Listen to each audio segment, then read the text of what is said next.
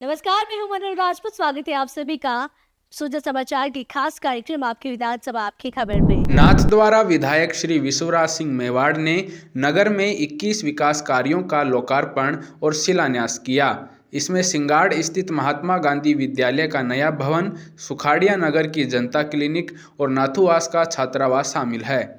विधायक ने कहा कि नाथद्वारा के विकास के लिए सभी नागरिक अपने सुझाव दें ताकि नए शहर का रोडमैप तैयार किया जा सके। इसके साथ ही विधायक ने जन कल्याणकारी योजनाएं जनता तक पहुंचाने और समस्याओं पर तुरंत कार्रवाई करने के निर्देश दिए। लोगों राय लेने में लिस्ट तैयार करूं कि ये काम जरूरी है, क्योंकि आप सब जाना कि सब काम तो एक साल में नहीं दे सके, तो कुछ काम ज़्यादा जरूरी है, कुछ साल अगले साल वास्ते छोड़ देवा। तो हमारी तो कोशिश है कि सब लोगों की राय लेने में काम करूं और काम की लिस्ट फाइनल करूं। अड़ी काम में पहले प्रदीप जी मंडल अध्यक्ष है, वो हमारी मदद करेगा। अब प्रवीण जी हमारी मदद करेगा। और आप सब जो बीजेपी का कार्यकर्ता हो या अगर आप कार्यकर्ता नहीं भी हो, अगर आप कोई भी काम है, अगर आप कोई लोग आपने लागे कि कटे कोई कमजोरी है, कहीं कमी है, तो आप सब हमारे ख्याल में आप बहुत जना है जो हमारे उदयपुर दफ्तर में आया हो। अभी नाथद्वारा में भी दफ्तर है, हमारा फ़ोन नंबर भी आप लोगों के साथ पास है। तो आप जनी भी तरह हूँ, आप मारो बात करना चाहो, मारो कांटेक्ट करना चाहो, आप जरूर करो, क्योंकि मारो काम है कि जो लोगों की जरूरत है वही काम जरूरत ने पूरी करनी। राजसमंद जिला कलेक्टर श्री अरुण कुमार हसीजा ने कलेक्ट्रेट सभागार में खनिज विकास, पर्यावरण संरक्षण और अवैध खनन निगरानी समिति की बैठक ली। उन्होंने अधिकारियों को जिले में अवैध खनन, परिवहन और भंडारण पर सख्त निगरानी रखने के निर्देश दिए। जिला कलेक्टर ने कहा कि संभावित क्षेत्रों में नियमित निरीक्षण हो और सूचना मिलते ही तुरंत कार्रवाई की जाए। भारत की पहली महिला वनडे वर्ल्ड कप जीत की हीरो सुश्री शेफाली वर्मा ने अपने सफलता का श्रेय मां मनसा माता को दिया, जहां बहरोड के गांव दहमी पहुंचकर उन्होंने अपनी कुलदेवी मनसा माता मंदिर में वर्ल्ड कप पदक अर्पित किया। उन्होंने परिवार के साथ पूजा अर्चना कर 56 भोग लगाए और माता को सोने चांदी के आभूषण भेंट किए। साथ में मंदिर के पुजारियों और समाजजनों ने चुनरी ओढ़ाकर उनका स्वागत किया। सुश्री शेफाली ने कहा कि यह जीत देश, माता पिता और मां मनसा के आशीर्वाद से मिली है। ग्रामीणों ने भी उनका भव्य स्वागत किया। जी, मैं जब भी टूर्नामेंट से पहले हमेशा माता जी के आशीर्वाद लेके जाती हूँ और मेरी कुल देवी मनसा माता जी हैं, तो उनसे मैं हमेशा आशीर्वाद लेके जाती हूँ और उनके आशीर्वाद की वजह से जो हुआ है आज उनके आशीर्वाद की वजह से हुआ है। और हम तो हमेशा यहाँ शीश झुकाने आते हैं, सभी पंडित हैं मुझे बहुत अच्छा आशीर्वाद देते हैं, तो सबका बहुत बहुत धन्यवाद। जिस दिन आपने फाइनल मैच खेला, पुजारी जी गुनेश जी सो नहीं पाए थे, पूरा मैच देख रहे थे आपका, और आपसे ये सवाल ये कि फाइनल में साउथ अफ्रीका, सेमीफाइनल में ऑस्ट्रेलिया, कौन सी टीम आपको ज़्यादा मजबूत लगी? सर देखो, मजबूत तो दोनों थी, दोनों पूरा टूर्नामेंट खेल के आई है और सेमीफाइनल फाइनल खेली है, तो दोनों सभी टीम ने बहुत अच्छा किया है। ऐसे मैं एक टीम चूज़ नहीं कर सकती, बट ऑस्ट्रेलिया को जो हमने हराया तो अलग ही कॉन्फिडेंस आया, क्योंकि हमेशा ऑस्ट्रेलिया में हरा के जाती थी, तो उसके बाद पूरी टीम में बहुत ज़्यादा अच्छा कॉन्फिडेंस आया। पर हमें पता है फाइनल में साउथ अफ्रीका ने भी बहुत बार हरा रखा है, तो हम किसी को भी इजी ले रहे थे, अपनी स्ट्रेंथ को बैक कर रहे थे और सब प्लेयर इंडिविजुअल अपना बेस्ट देने की सोच रहे थे। शेफाली, जब आप बैटिंग करते हैं, आप अपनी बैटिंग में संयम खो देती हैं। जहाँ एक आपने छक्का मार दिया, फिर उसी दिशा में आप दूसरा छक्का मारते हैं और उस प्रयास में आउट हो जाती हैं। सर ये फियरलेस की कहानी है जी। ये आपको फियरलेस कभी रिस्क भी रहेगा और रिवॉर्ड भी रहेगा। राजाखेड़ा में जिला निर्वाचन अधिकारी श्रीनिधि बीटी ने मतदाता सूची के विशेष गहन पुनरीक्षण कार्य का निरीक्षण किया। उन्होंने बीएलओ द्वारा घर घर जाकर किए जा रहे गणना प्रपत्र और मैपिंग कार्य की समीक्षा करते हुए कहा कि सभी अधिकारी पूरी गंभीरता से काम करें। जिन मतदाताओं का ईपिक नंबर नहीं है, उनके पुराने निवास की जानकारी लेकर वर्ष 2002 की सूची से नाम ढूंढा जाए। उन्होंने ईआरओ को बीएलओ ऐप पर 100% मैपिंग पूरी करने और मतदाताओं में जागरूकता बढ़ाने के निर्देश दिए। प्रदेश सरकार के सड़क सुरक्षा अभियान के तहत देवली थाना पुलिस ने बुधवार को विशेष कार्रवाई की। यातायात शाखा ने स्टेट बैंक चौराहे पर नाका लगाकर 25 वाहनों के चालान किए और चालकों को यातायात नियमों की जानकारी दी। हेड कांस्टेबल श्री किशन गुजर ने बताया कि 2 व्हीलर के 12 और 4 व्हीलर के 13 चालान कर मौके पर ही 9,000 रुपये जुर्माना वसूला गया। जिन वाहनों में रिफ्लेक्टर नहीं थे, रॉन्ग साइड चल रहे थे या बिना नंबर प्लेट के थे, उन पर विशेष कार्रवाई की गई। सड़क अभियान बुधवार गुरुवार देवली यातायात पुलिस लोगों से अपील कर रही है, लोगों को समझाइश कर रही है कि अरे आजा यहाँ जो आजा, नियम है वो आजा follow आजा करें। यहाँ आजा, इसको लेकर आजा आजा आजा, तस्वीरों के जरिए यहाँ आप आओ, यहाँ देख रुको। सकते हैं कि ये कैसे रुको, यहाँ यातायात रुको। पुलिस लोगों को जागरूक कर रही है, आप लोग बता रही है। हम देवली पुलिस आप यातायात लोगों को रोज-रोज बात करने समझाते की हैं। कोशिश करेंगे। इधर देखो, मेरी सुनो आप। जी सर, किस तरह का राजस्थान सरकार का जो श्रीमान मुख्यमंत्री महोदय से की तरफ से ये दिनांक 4/11/2025 से 18/11/25 तक ये श्रीमान मुख्यमंत्री महोदय की तरफ से ये सड़क सुरक्षा सप्ताह चलाया जा रहा है। इसके दौरान जो खतरनाक तरीके से वाहन चलाते हैं, दुर्घटनाग्रस्त हो जाते हैं, जैसे कि साइड में ठेले वाले वगैरह जो ट्रक वगैरह चढ़ा देते हैं, तो खतरनाक तरीके से वाहन नहीं चलाए। इनको समझाया जाता है और इनको चालान किया जाता है इनके द्वारा।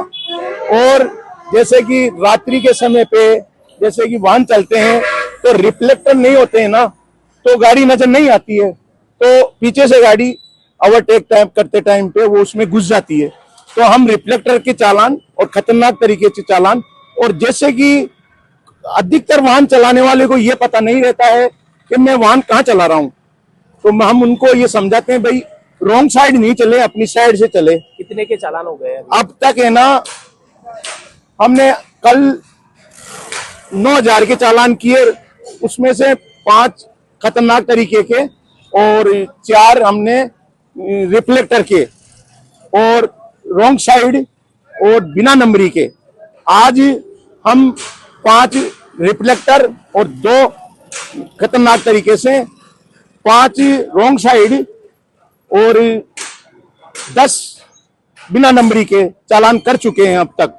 और पब्लिक को, जो भी पब्लिक आती है उनको हम समझाते हैं भाई आप लोग खतरनाक तरीके से वाहन नहीं चलाएं और अपनी साइड में चलाएं, रॉन्ग साइड बिना नंबरी वाहन नहीं चलाएं।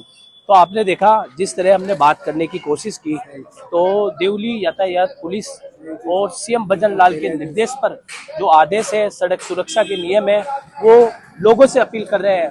पुलिस प्रशासन मुख्तसर से लोगों को अपील कर रहा है कि अपने यातायात व्यवस्था को भी कायम रखे और नियम, प्रोटोकॉल, रूल रेगुलेशन वाली चीजें फॉलो करें। दीग जिले के नगर में महिला एवं बाल विकास विभाग के उप निदेशक श्री शिक्रामा राम चोयल ने बिरसा मुंडा जयंती और आदिवासी जनजाति वर्ष कार्यक्रम के तहत कसौदा व केंचकी का बास स्थित 2 आंगनबाड़ी केंद्रों का निरीक्षण किया। उन्होंने गर्भवती महिलाओं, किशोरियों और नवजात शिशुओं के स्वास्थ्य परीक्षण और टीकाकरण की जानकारी ली। चिकित्सा विभाग की टीम ने 150 आदिवासी महिलाओं की हीमोग्लोबिन, ब्लड प्रेशर और एनीमिया जांच कर परामर्श दिया। इस अवसर पर महिलाओं की गोद भराई की रस्म भी आयोजित की गई। सादुलपुर के नंद प्लाजा के पास बुधवार को पुलिस विभाग द्वारा ट्रैफिक नियमों पर जागरूकता कार्यक्रम आयोजित किया गया। कार्यक्रम में एसडीएम श्री मनोज खेमदा और परिवहन अधिकारी श्री रोबिन सिंह ने लोगों से ट्रैफिक नियमों का पालन करने की अपील की। अधिकारियों ने कहा कि अधिकतर सड़क हादसे लापरवाही और ओवर स्पीड के कारण होते हैं, जिनमें युवाओं की जान जाती है। उन्होंने ट्रैफिक नियमों को रोजमर्रा की आदत बनाने पर जोर दिया। कार्यक्रम में हेलमेट बांटे गए और छात्राओं ने ट्रैफिक थीम पर रंगोली बनाई। भजनलाल शर्मा जी के नेतृत्व में ये सड़क सुरक्षा अभियान चलाया जा रहा है। उसी के तहत अपने राजगढ़ में भी अपने सारे डिपार्टमेंट में इनके अभ्यास चलाया था। और आप सभी को पता है कि राजगढ़ में खूब सारे एक्सीडेंट्स हो रहे हैं और मौतें हो रही है, तो उसी के तहत हमने सड़क सुरक्षा नियमों के बारे में बताया। फिर उसके बाद हमने लोगों को एडमिट डिस्ट्रीब्यूट किया, जिन्होंने इन नियमों का पालन किया उनका हमने सम्मान किया। और मैं आपके मीडिया कर्मियों के माध्यम से यही संदेश देना चाहूँगा कि आप सभी को यातायात नियमों का पूर्ण रूप से पालन करना और आपकी और आपके परिवार की सुरक्षा करनी चाहिए। जय भारत। राजगढ़ के सामुदायिक स्वास्थ्य केंद्र पर चिकित्सा एवं स्वास्थ्य विभाग और Mamta health institute for mother and child के संयुक्त तत्वावधान में बच्चों में टीबी स्क्रीनिंग बढ़ाने के लिए कार्यशाला आयोजित की गई। कार्यशाला में स्टेट नर्स मैनेजर श्री चेतन कुमावत, जिला प्रोग्राम ऑर्डिनेटर श्री भानु प्रकाश शर्मा और ब्लॉक स्वास्थ्य पर्यवेक्षक श्री महेंद्र कुमार शर्मा ने टीबी स्क्रीनिंग, एक्सरे और बलगम जांच की जानकारी दी। उन्होंने बताया कि टीबी मुक्त भारत अभियान के तहत बीमारी की शीघ्र पहचान और उपचार पर जोर दिया जा रहा है। साथ ही जन जागरूकता के लिए निश्चय शिविर, स्कूल गतिविधियां और रैलियां भी आयोजित की जा रही हैं। विजिट अलवर ज़िले में राजगढ़ के सामुदायिक स्वास्थ्य केंद्र पर रहा, जिसमें मेरे साथ में ब्लॉक्स हैं महेंद्र कुमार शर्मा जी और डिस्ट्रिक्ट से भानु प्रसाद शर्मा मेरे साथ मौजूद रहे। हम लोगों ने आज राजकीय सामुदायिक स्वास्थ्य केंद्र राजगढ़, सकट और टहला पर सभी चिकित्सा अधिकारियों को पीडियाट्रिक टीबी के बारे में जानकारी प्रदान करी। छोटे बच्चों के अंदर टीबी के क्या क्या लक्षण होते हैं, कैसे उनका आइडेंटिफिकेशन पहचान करी जाती है और साथ ही साथ छोटे बच्चों के अंदर उनकी जांच के नमूने किस प्रकार लिए जाते हैं उसके बारे में उनको डिटेल से जानकारी प्रदान की गई। क्योंकि छोटे बच्चों के अंदर जांच करने की बड़ी मुख्य समस्या ये आती है कि वो अपना बलगम नहीं दे पाते। उसके लिए हम लोगों ने आज प्रशिक्षण के दौरान उनको गैस्ट्रिक एस्पिरेट और एंड्योज स्पुटम के माध्यम से कैसे कैसे सैंपल लेना होता है उसके बारे में संपूर्ण जानकारी दी। पाखरियावास चौराहे पर 23 अक्टूबर को हुए सड़क हादसे में पूरे परिवार को खो चुकी 2 बालिकाओं को गुरुवार को लॉजिस्टिक कंपनी की ओर से 21 लाख रुपए की सहायता राशि दी गई। जिला कलेक्ट्रेट में विधायक श्री शंकर सिंह रावत की उपस्थिति में बच्चियों की दादी और मामी को प्रत्येक बालिका के लिए 10.5 लाख रुपए के चेक सौंपे गए। अब यह राशि दोनों के नाम से FDR में जमा कराई जाएगी।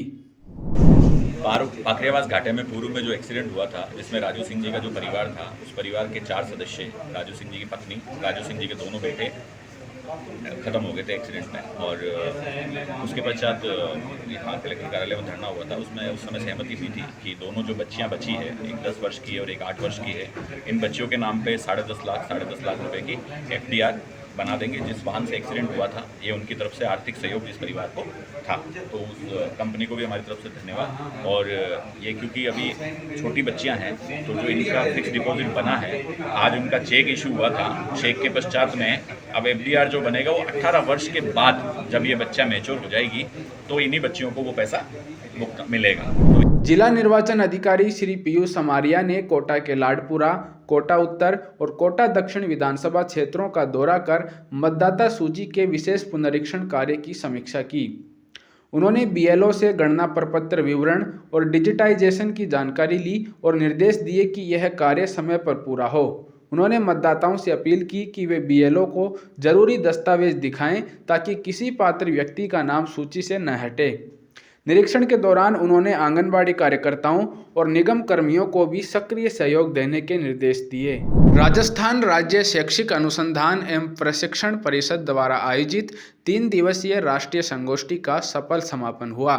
इसमें देश भर के शिक्षा विशेषज्ञों ने नई शिक्षा नीति 2020 पर चर्चा की। सत्रों में खेल खेल में शिक्षा, डिजिटल साक्षरता, व्यावसायिक शिक्षा और शिक्षक सुदृढ़ीकरण जैसे विषयों पर विचार विमर्श हुआ। अंतिम दिन डिजिटल और व्यावसायिक शिक्षा पर जोर दिया गया। समापन सत्र में वक्ताओं ने कहा कि तकनीक शिक्षा में नवाचार और सहभागिता का माध्यम है। निदेशक श्रीमती श्वेता फगेड़िया ने कहा कि यह संगोष्ठी भविष्य की शिक्षा सुधार योजनाओं की दिशा तय करने वाली रही। भजनलाल सरकार आमजन के स्वास्थ्य और विकास के लिए लगातार काम कर रही है। सरकार का विशेष फोकस आयुर्वेदिक चिकित्सा प्रणाली को सशक्त बनाने पर है ताकि लोगों को सस्ता और प्रभावी उपचार मिल सके। संवाददाता श्री मलखान मीणा से बातचीत में आयुर्वेदिक प्रोफेसर और सचिव श्री राजीव शर्मा ने बताया कि राज्य में नए आयुर्वेदिक अस्पताल, पंचकर्म केंद्र और औषधीय पौधों की खेती को बढ़ावा दिया जा रहा है। उन्होंने कहा कि सरकार का लक्ष्य है हर गांव तक आयुर्वेद पहुंचे, हर व्यक्ति स्वस्थ रहे और भारतीय परंपरा को नई दिशा मिले। बताना फार्माकोविजिलेंस के लिए हम इंटरमीडिएटरी सेंटर तो वहीं हैं, साथ साथ माननीय आयुष मंत्री जी ने आयुष रक्षा पोर्टल लॉन्च किया है। वो 30 मई को लॉन्च किया है। माननीय इसकी फोटोग्राफ भी आप देख सकते हैं, ये मैंने मोबाइल पे दिखाया है, जहाँ मंत्री जी, हमारे सचिव महोदय, इस पोर्टल पे कोई भी व्यक्ति, आम व्यक्ति भी कंप्लेन कर सकता है भ्रामक विज्ञापनों के दर में। और जो फार्माकोविजिलेंस सेंटर है वो हम इंटरमीडिएट सेंटर, अभी आपको एग्जैक्ट स्टैटिस्टिक दे देंगे कि कितने हुए। लेकिन ये जो पोर्टल है, जो पहल भारत सरकार ने, आयुष मंत्रालय ने की है, वो एक मील का पत्थर साबित होने वाली है, जिससे कि कोई व्यक्ति भ्रामक विज्ञापन से बच सकता है। और उसके रेगुलेशंस भी हैं, एक एडवर्टाइजिंग स्टैंडर्ड काउंसिल भी है, एक इंडिपेंडेंट काउंसिल भी है जो कि गलत एडवर्टीजमेंट को रोकती है। वो भी है, वहाँ भी कर सकते हैं, सुरक्षा पोर्टल भी कर सकते हैं और फार्माको विजिलेंस को भी कर सकते हैं। जैसा सर ने बताया, अब आज देखें तो वो नंबर बहुत कम है, नाम लेना उचित नहीं हो, तो बहुत सी कंपनियों को, अभी एग्जैक्ट आपको डाटा बताएंगे, बहुत सारी कंपनियों को मोर देन 1000 कंपनियों को नोटिस इशू हुए हैं। 2400 से ज़्यादा अवेयरनेस प्रोग्राम इशू हुए, ऑल ओवर इंडिया की बात बता रहा हूँ। में जितने भी चिकित्सा पद्धतियां हैं सभी के लिए एक औषध सुरक्षा के मद्देनज़र आयुष सुरक्षा पोर्टल चलाया जाता है। आयुष फार्माको विजिलेंस एक स्कीम है भारत सरकार की जो चलाया जाता है, और जो स्पेसिफिकली हमारे आयुष में जितने भी औषध यूज होता है उनके कोई दुष्प्रभाव आया तो उसको हैंडल करने के लिए, साथ में जो ऑब्जेक्शनेबल एडवर्टाइजमेंट है, जो भारत सरकार की एक नियम भी है कि आप उसको एडवर्टाइजमेंट क्या नहीं कर सकते, क्या कर सकते। ये अब तक कितनी शिकायतें आई और कितने पे कार्रवाई हुई, संक्षिप्त में? हाँ, लंबा मत कीजिए। 2018 से ही चल रहा है, तो पिछले साल हम लोगों के पास पूरे भारतवर्ष से लगभग 5000 ऑब्जेक्शनेबल एडवर्टाइजमेंट आए थे, जिसमें हमारा संस्था एक प्रमुख करता है। हमारे थ्रू 3200 के आसपास ऑब्जेक्शनेबल एडवर्टाइजमेंट हमने उसको पोर्टल पे लॉन्च किया था। इसका जो मैकेनिज्म है वो स्टेट लाइसेंसिंग अथॉरिटी तक जाता है, वो उस एडवर्टाइजमेंट को रोकने के लिए नोटिस देता है। तो इसका एक प्रभाव हमको दिख रहा है कि थोड़ा बहुत कम तो हुआ है। इसमें दंड की प्रोविज़न भी है, कुछ लोगों की लाइसेंसेस भी कैंसिल हुए हैं। राजस्थान के मुख्यमंत्री श्री भजन लाल शर्मा लगातार राजस्थान की जनता को एक नई बेहतर सुविधा मिले, चिकित्सक सुविधा मिले, इन तमाम चीज़ों को लेकर लगातार एक्टिव नज़र आ रहे हैं। तो वहीं अब राष्ट्रीय आयुर्वेदिक संस्थान भी आम जन के लिए एक नए प्रोग्राम चला रही है, जिससे आम जनता को आयुर्वेदिक की जानकारी मिले। इसी को लेकर हमारे साथ में है प्रोफेसर संजीव शर्मा, उनसे खास बातचीत कर लेते हैं कि क्या कुछ रहने वाला है। सर, लगातार राजस्थान के माननीय मुख्यमंत्री हैं जो आयुर्वेदिक को बढ़ावा दे रहे हैं, इसको लेकर किस तरह से आप देख रहे हैं? ये बात बिल्कुल सही है कि राजस्थान के मुख्यमंत्री और राजस्थान की सरकार आयुर्वेद को लेकर के बहुत ही संवेदनशील है और बहुत ही प्रयास कर रही है। इसके साथ साथ जो भारत सरकार है, भारत सरकार भी आयुर्वेद के लिए, और माननीय हमारे यशस्वी प्रधानमंत्री महोदय का बहुत बड़ा प्रयास है आयुर्वेद को अग्रिम पंक्ति में पूरे विश्व में खड़ा करने में। तो उनका ही जो विश्वास है वो हमें आत्मविश्वास प्रदान करता है, और उसी के बल पर जो सरकारें हमें सहयोग कर रही हैं, हम अपना आयुर्वेद के प्रति जो आयुर्वेद का जो संदेश है जनता के तक हम पहुंचाने में सफल हो रहे हैं। और आम जनता के लिए कई तरह के कार्यक्रमों का आयोजन भी हम आयुर्वेद दिवस के उपलक्ष्य में और उसके अतिरिक्त भी हम पूरा वर्ष इस तरह के कार्यक्रम करते रहते हैं। बिल्कुल, देखिए दूसरा सवाल मेरा है कि राजस्थान सबसे बड़ा राज्य है और ऐसे में मुख्यमंत्री भी चाहते हैं कि आयुर्वेदिक का पूरा जो ट्रीटमेंट आम जनता तक पहुंचे, तो इसको लेकर अपने आयुर्वेदिक संस्था किस तरह का प्रोग्राम कर रही है जनता के बीच में जाकर?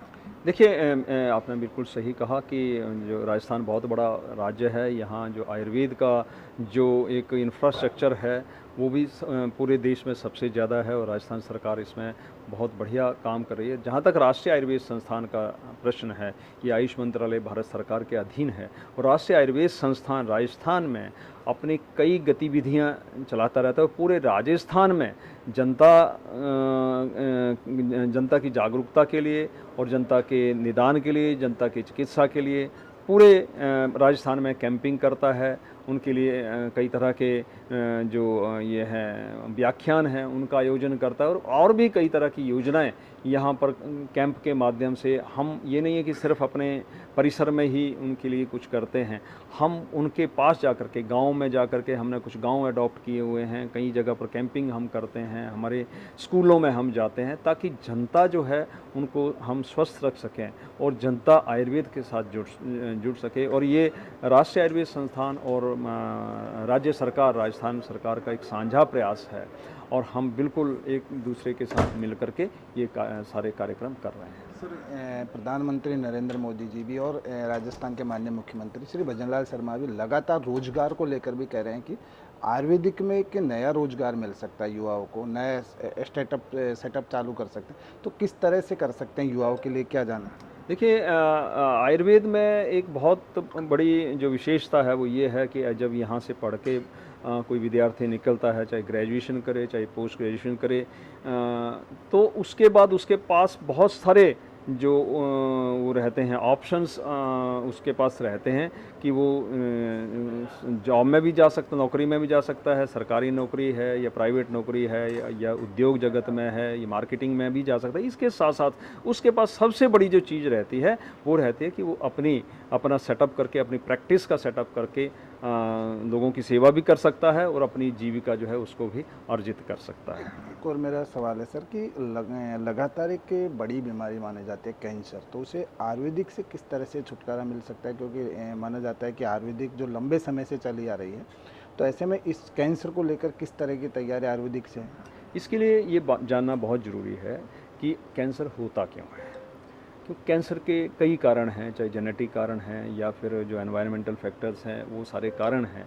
और आयुर्वेद उन जो है कैंसर को रोकने में बहुत ही कारगर साबित हो सकता है। और मैं ये कहता हूँ कि अगर हम आयुर्वेद का जो जीवन प्रणाली है, लाइफस्टाइल है, उसका अडॉप्ट करें तो हम जो कैंसर का बर्डन पूरे विश्व में है उसको काफ़ी हद तक कम कर सकते हैं। इसीलिए ये जो चेतना है आम लोगों में ये आनी बहुत ज़रूरी है कि आयुर्वेद के सिद्धांतों का हम पालन करें और इस तरह की बीमारियाँ, चाहे वो कैंसर है, चाहे वो हार्ट डिजीज़ हैं, चाहे वो ब्लड प्रेशर है, शुगर है, यानी NCDs जो हैं, लाइफस्टाइल डिसऑर्डर जिनको बोलते हैं, उनसे हम अपनी जनता को बचा सकते हैं। मेरा अंतिम सवाल है सर कि आयुर्वेदिक को लेकर आने वाली 5 साल में आयुर्वेदिक को लेकर राजस्थान को आप किस तरह से, किस स्थिति में देख रहे हैं?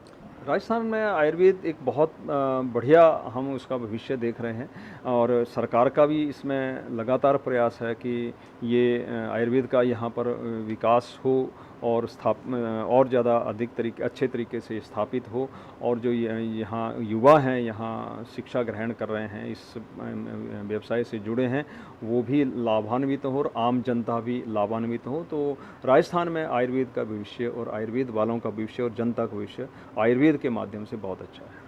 तो ये थे हमारे साथ में कुलपति श्री संजीव शर्मा, जिन्होंने कहा कि आने वाले समय में आयुर्वेदिक में राजस्थान के युवाओं को रोजगार भी मिल सकता है और वो अपना सेटअप भी लगा सकते हैं। कैमरामैन राजेश पारिक के साथ सूरज समाचार से मलखान मीणा। राजस्थान में पहली बार घूमर महोत्सव का भव्य आयोजन होने जा रहा है।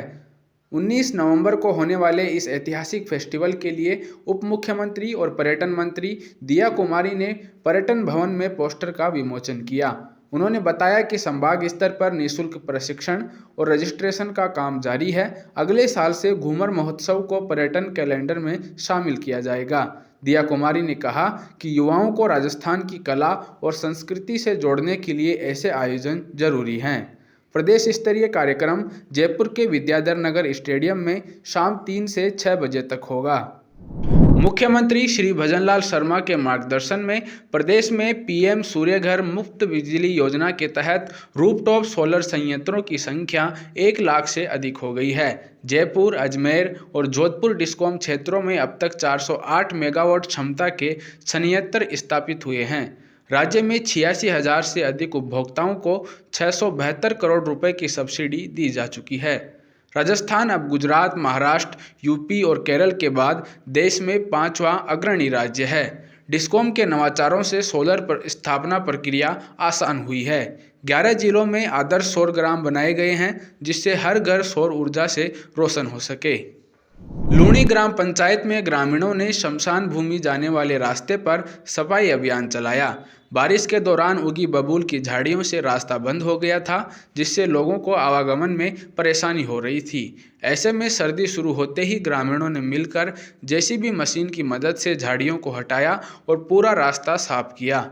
अब शमशान मार्ग पर आने जाने में किसी तरह की दिक्कत नहीं होगी।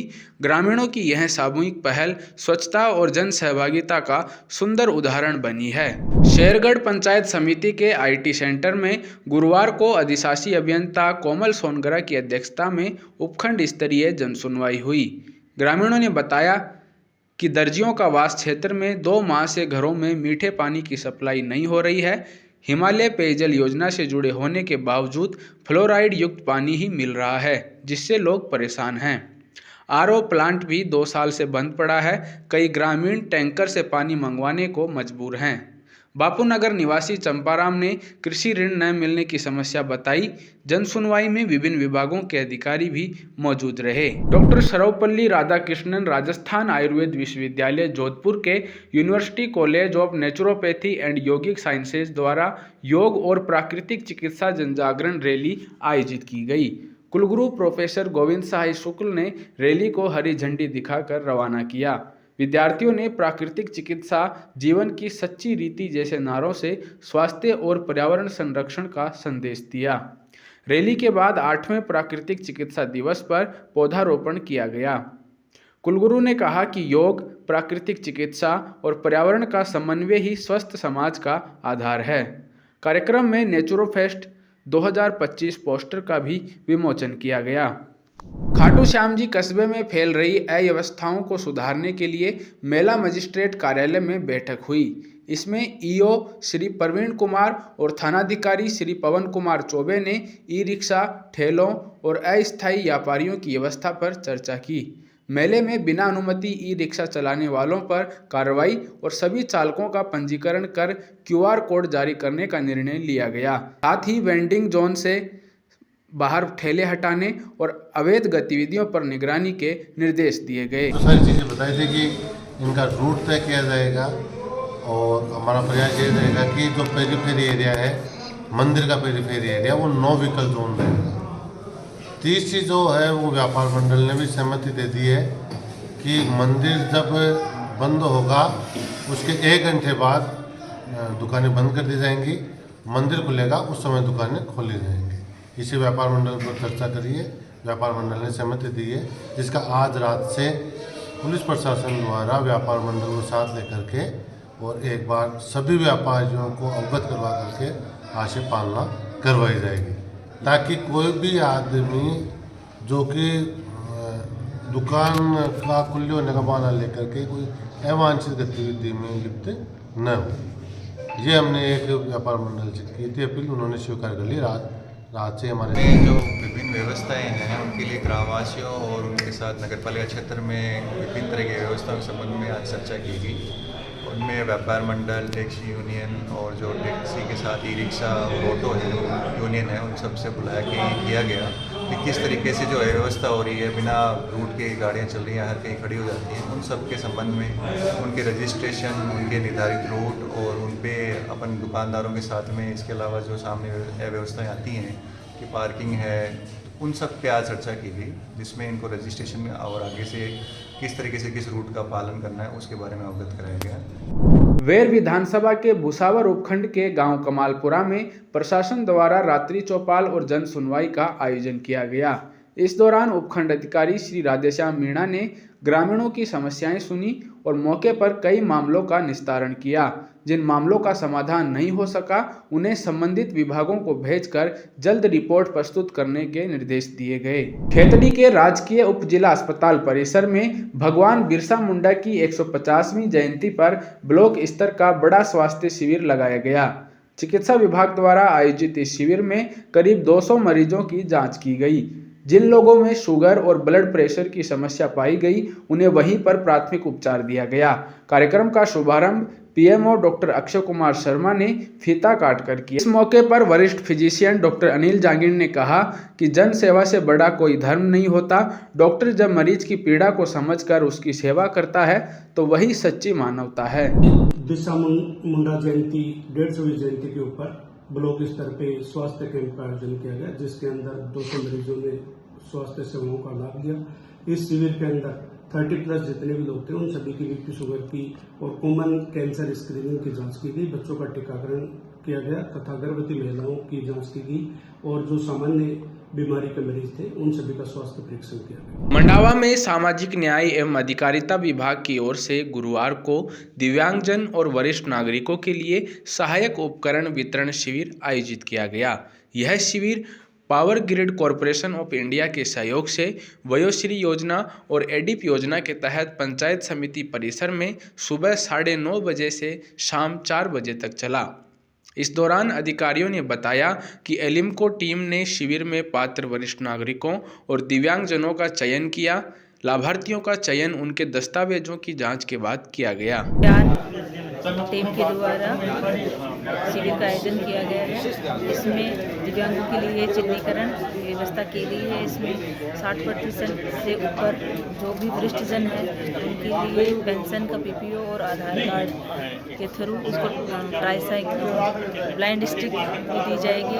ट्राईसाइकिल है, व्हीलचेयर है, विद्युत संचालित ट्राईसाइकिल, कमर के पट्टे, स्मार्टफोन आदि उपकरणों का चिन्हीकरण किया जाएगा। वरिष्ठ नागरिकों के सहायक उपकरणों का आकलन शिविर आयोजित किया गया है। इससे में विद्युत चालित मोटर यंत्र, स्वर्ण यंत्र, स्मार्टफोन, लाइन स्टिक, कमर बेल्ट, वॉकर, चश्मा, दांत, कमोड युक्त व्हीलचेयर आदि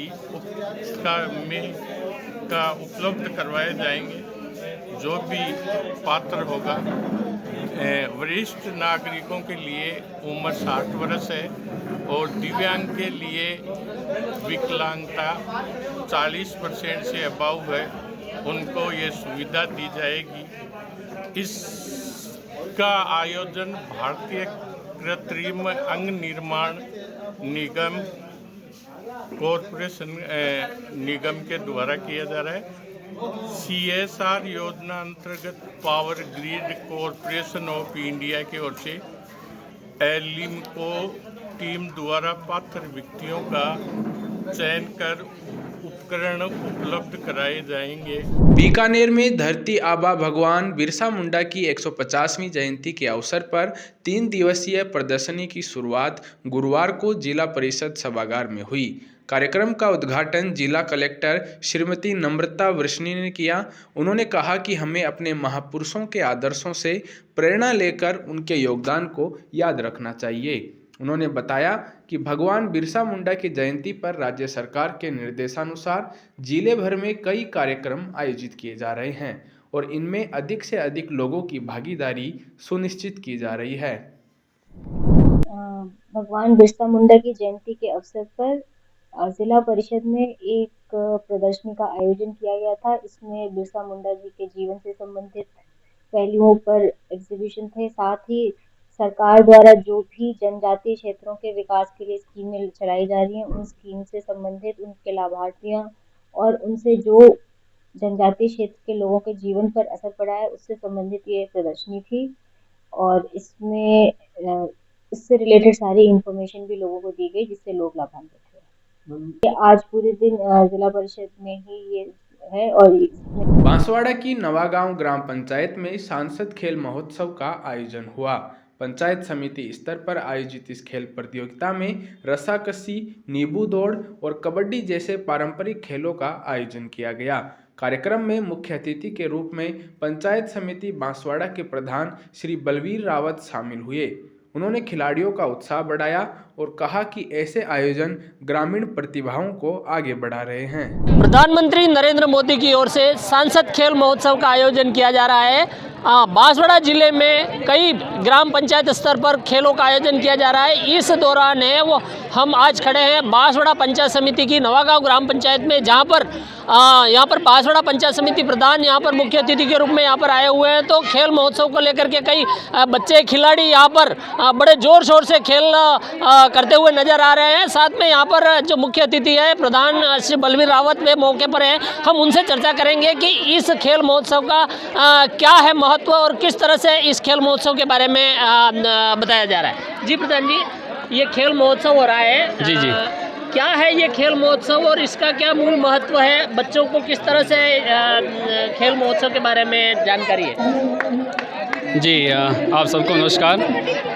हमारे देश के यशस्वी प्रधानमंत्री नरेंद्र भाई मोदी जी ने सांसद खेल महोत्सव के माध्यम से पूरे देश में जो कार्यक्रम आयोजित किए जा रहे हैं, उसी में आज बांसवाड़ा डूंगरपुर राज्यसभा सांसद हमारे आदरणीय सुनीला जी ग्रासा जी हैं, उनके नेतृत्व में, उनके निर्देशन में पूरे ज़िले में कार्यक्रम स्टार्ट हुए हैं। और आज हमारे बांसवाड़ा ज़िले के मंडल नवागांव में, आज नवागांव में ग्राम पंचायत में जो कार्यक्रम आयोजित हुआ जा रहा है, उसमें सभी जो खिलाड़ी हैं, युवा साथी हैं, सभी ने बढ़ चढ़ कर भाग लिया है। छोटे बच्चे हो, बड़े बच्चे हो, जो हमारी बहनें हैं, उन सभी ने जो कबड्डी है, रस्साकस्सी है, नींबू दौड़ चम्मच प्रतियोगिता है, उस सभी में कहीं न कहीं हमारे देश के यशस्वी प्रधानमंत्री नरेंद्र मोदी जी का सपना है कि मेरा भारत देश कहीं न कहीं युवाओं के आगे लाने से कहीं न कहीं हम जो विकसित भारत और आत्मनिर्भर भारत की बात करते हैं वो कहीं न कहीं युवाओं के माध्यम से हम पूरा कर पाएंगे। तो आज युवा बढ़ चढ़कर भाग ले रहा है और आने वाले समय में हमको कहीं न कहीं हमारे जो युवा प्रतिभाएं हैं वो कहीं न कहीं हमें यहाँ पर देखने को मिलेगी। तो यहाँ के ये प्रधान हैं जिन्होंने बताया है कि इस खेल महोत्सव का किस तरह से महत्व है, युवाओं में इस खेलों को लेकर के किस तरह से उत्साह और खुशी है जो कि हम देख रहे हैं और इस आयोजन में ज़िले भर के अंदर खुशी का माहौल है। बांसवाड़ा से सूजस के लिए गौतम सिंह राठौड़। सुमेरपुर पंचायत समिति के वीसी हॉल में गुरुवार को जोधपुर संभागीय आयुक्त डॉक्टर प्रतिभा सिंह की अध्यक्षता में उपखंड स्तरीय जनसुनवाई आयोजित की गई। इस जनसुनवाई में उपखंड स्तरीय अधिकारी शामिल हुए और आमजन से जुड़े मुद्दों पर चर्चा की गई। संभागीय आयुक्त डॉक्टर प्रतिभा सिंह ने अधिकारियों को निर्देश दिए कि सभी लंबित मामलों का शीघ्र, पारदर्शी और निष्पक्ष निस्तारण किया जाए। उन्होंने कहा कि जो मामले स्थानीय स्तर पर सुलझ सकते हैं उनका त्वरित समाधान किया जाए ताकि आमजन को राहत मिल सके। कार्यक्रम के दौरान कुल 21 प्रकरण सामने आए जिनमें राज्य स्तर, संभागीय स्तर, जिला कलेक्टर स्तर और उपखंड स्तर से जुड़े मामले शामिल थे। समिति सुमेरपुर जिला पालिका में आयोजित हुई है जिसमें लगभग 21 के करीब परिवार प्राप्त हुई जो सभी प्रकार के परिवार में जैसे कि नगर पालिका से रिलेटेड साफ सफाई के या जितने स्तंभों को इधर से उधर से ट्रांसफर कराने के और संबंधित कुछ वैज्ञानिक फटकों से संबंधित बात ये सब सकते हैं, कुछ सीसी रोड से संबंधित या नालियों की सफाई इनसे संबंधित है। समस्याएं जो प्रस्तुत हुई हैं उन सभी पे हमने टाइमलाइन दी कि आपको अमुक समस्या को इतने दिन में निस्तारित करना है। प्रत्येक प्रखंड में हमने टाइमलाइन तय की है और जो विभागीय अधिकारी निचले में उपस्थित हैं उन सबको निर्देशित किया है कि सभी परिवारों की गहराई से जाएं, गंभीरता से ले उनको संवेदनशीलता से सुने और प्रत्येक परिवार को इस तरह से ट्रीट करें कि उसका निस्तारण किया जाना है। कार्यवाही नियमानुसार से ही करें लेकिन उन पर कोई ना कोई कार्यवाही होनी चाहिए, इस तरह से निर्देशित किया। हाथों हाथ कितने निस्तारण हुए हैं? हाथों हाथ के तो ऐसे सभी कोई प्रकरण थे नहीं क्योंकि सभी बड़ी समस्याएं थी। कुछ जैसे संभाग स्तर की हैं जो कि विभागीय अधिकारी संभाग स्तर पर बैठते वो है, कुछ राज्य सरकार के स्तर की भी है। छोटे हमने हाथों हाथ निस्तारण के लिए एक सीमा तय कर दी, जैसे कि आज आपको जाकर के इसको निस्तारित करना है या 2 दिन बाद जाकर के निस्तारित करना है तो टाइम कंज्यूमिंग 1 या 2 दिन हमको लगने की संभावना है। इस दौरान वो निस्तारित होंगी। अभी हैंड टू हैंड इस प्रकार से कोई समस्या नहीं थी कि इसका नसीराबाद छावनी परिषद द्वारा प्रधानमंत्री श्री नरेंद्र मोदी और मुख्यमंत्री श्री भजनलाल शर्मा की नीतियों व स्वच्छता अभियानों के तहत शहर में विशेष सफाई और जागरूकता अभियान चलाया गया। इस अभियान का नेतृत्व मुख्य अधिशासी अधिकारी डॉक्टर नीतीश गुप्ता ने किया। उनके निर्देशन में शहर की सड़कें, उद्यान और बाजार क्षेत्र पूरी तरह बदलते हुए नजर आने लगे हैं। सीईओ डॉक्टर नीतीश गुप्ता ने कहा कि नगर के किसी भी नागरिक को यदि किसी कार्यवाही से परेशानी या आपत्ति हो तो वे सीधे संपर्क कर सकते हैं। युवा कार्यक्रम एवं खेल मंत्रालय भारत सरकार के निर्देशानुसार जिला प्रशासन पाली और मेरा युवा भारत संगठन के संयुक्त तत्वावधान में सरदार वल्लभ भाई पटेल की 150वीं जयंती के अवसर पर गुरुवार को जिला स्तरीय यूनिटी मार्च पदयात्रा का आयोजन किया गया। कार्यक्रम का शुभारंभ अतिरिक्त जिला कलेक्टर श्री शैलेंद्र सिंह के नेतृत्व में पीएम श्री राजकीय बालिका विद्यालय से हुआ। इस दौरान अतिथियों ने सरदार पटेल की प्रतिमा पर पुष्पांजलि अर्पित की। जिला युवा अधिकारी श्री राजेंद्र झाकड़ ने बताया कि इस पदयात्रा में एनएसएस, एनसीसी, मेरा युवा भारत, शिक्षा एवं उच्च शिक्षा विभाग, आंगनबाड़ी कार्यकर्ता, नगरपालिका, तहसील और ब्लॉक स्तर के अधिकारी एवं जनप्रतिनिधि बड़ी संख्या में शामिल हुए। विशेष गहन पुनरीक्षण कार्यक्रम के तहत जोधपुर जिले में ऑनलाइन गणना प्रपत्र भरने को लेकर नागरिकों में खासा उत्साह देखने को मिल रहा है। मतदाता जागरूकता बढ़ाने के उद्देश्य से निर्वाचन विभाग द्वारा लगातार विशेष सहायतार्थ शिविरों का आयोजन किया जा रहा है। इसी क्रम में कमला नेहरू महिला कॉलेज में एक प्रशिक्षण शिविर आयोजित किया गया, जहां छात्राओं को ऑनलाइन गणना प्रपत्र भरने की प्रक्रिया का प्रशिक्षण दिया गया। इस अवसर पर कॉलेज की छात्राओं ने स्वयं विशेष गहन पुनरीक्षण मतदाता सूची 2026 में अपने नाम दर्ज करवाने हेतु ऑनलाइन फॉर्म भरने का अभ्यास किया। सरकार की जो मुहिम है SIR की, यानी परिगणना प्रपत्र भरने की, इसके बारे में जानकारी देने के लिए हमारे जोधपुर संभाग के जो इलेक्शन कमिश्नरेट के कुछ अधिकारी हमारे साथ यहाँ पर आए हैं और हमारी छात्राओं और हमारे अतिथि शिक्षकों और कर्मचारियों को SIR भरने के बारे में जो विभिन्न स्टेप्स हमें लेने हैं उसकी जानकारी यहाँ मुहैया करवाई है, क्योंकि कई लोग बहुत कन्फ्यूजन में थे कि कैसे भरें।